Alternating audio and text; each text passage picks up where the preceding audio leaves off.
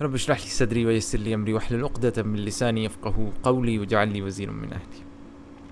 Now the mathematical miracle that I'm about to show you in the Qur'an, I don't think any writer in the world has ever thought of writing a book in this way. So this is the miracle about Jonah and Yunus alayhi salam, the one who went into the belly of the fish. And in my research, I have seen in the entire Quran, his story has not been mentioned in detail like that of other prophets. His story has not been mentioned in detail except in one place.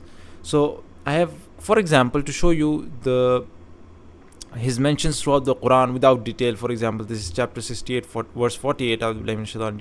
Then be patient for the decision of your Lord, and be not like the companion of the fish Jonah when he called out.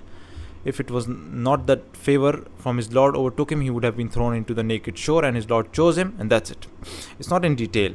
Likewise, Surah Anbiya, he's mentioned again and mentioned the man of the fish Jonah when he went off in anger and thought we would not decree anything upon him. So he made a prayer, La ilaha illa anta subhanaka inni kuntu minadh dhalimin. We responded to him and saved him. That's it. Likewise, Surah Nisa just mentioned along with other prophets. We revealed to Abraham, Ishmael, Ishaq, descendants of Jesus, Jacob, Jonah, mentioned all along. No story in detail. Likewise, Surah An'am and Ishmael, Elisha, and Jonah and Lot, mentioned along with other messengers, Yunus alayhi salam. Even in the chapter of Yunus itself, Surah Yunus, the chapter of Jonah, it's not mentioned in detail. It's only, I think, one verse. There has not been a single city that believed, so its faith benefited it, except the people of Jonah. When they believed, he removed from them the punishment. However, this is chapter number 10, verse 98. However, there is one and only one chapter, which mentions the story of Jonah, Yunus alayhi salam, in detail, which is chapter number 37, Surah Safat, verse 139 onwards. You see, it starts from here. And indeed, Jonah was among the messengers. وَإِنَّ يُونُسَ لَمِنَ الْمُرْسَلِينَ. The story starts from verse 139. Then it says, mention when he ran away to the laden ship, and he drew lots and was among the losers. Then the fish swallowed him while he was blameworthy. And had he not been of those who exalt Allah, he would have remained inside its belly until the day they are resurrected.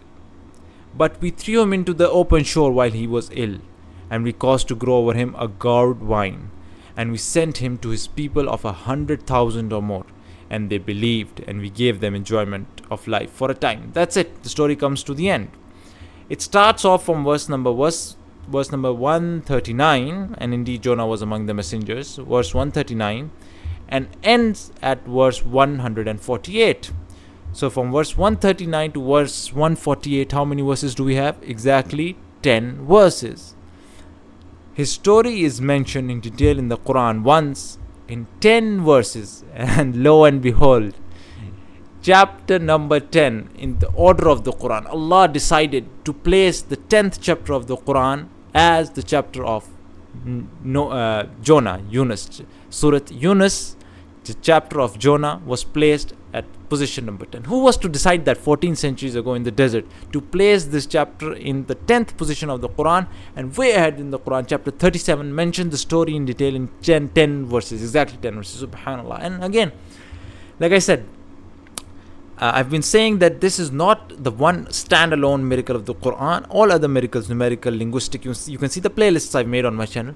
They come together to make the Quran miraculous, to come up with so many miracles in one book, a book that at the same time guides you in all spheres of life. That's what makes it miraculous. And see, this is so mind-blowing, because honestly, it's not our, more than anything, we should be sharing this with the world. This information is like the top secret information that is being revealed to us.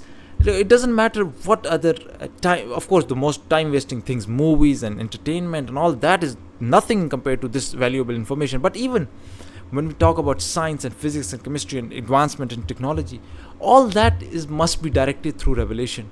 Otherwise, you see what destruction is happening around the world, where the weapons are being used. Of course, all that needs direction. That's why no matter how much you advance in science, this is much more important than this, because you can go as much far in science and technology as you want.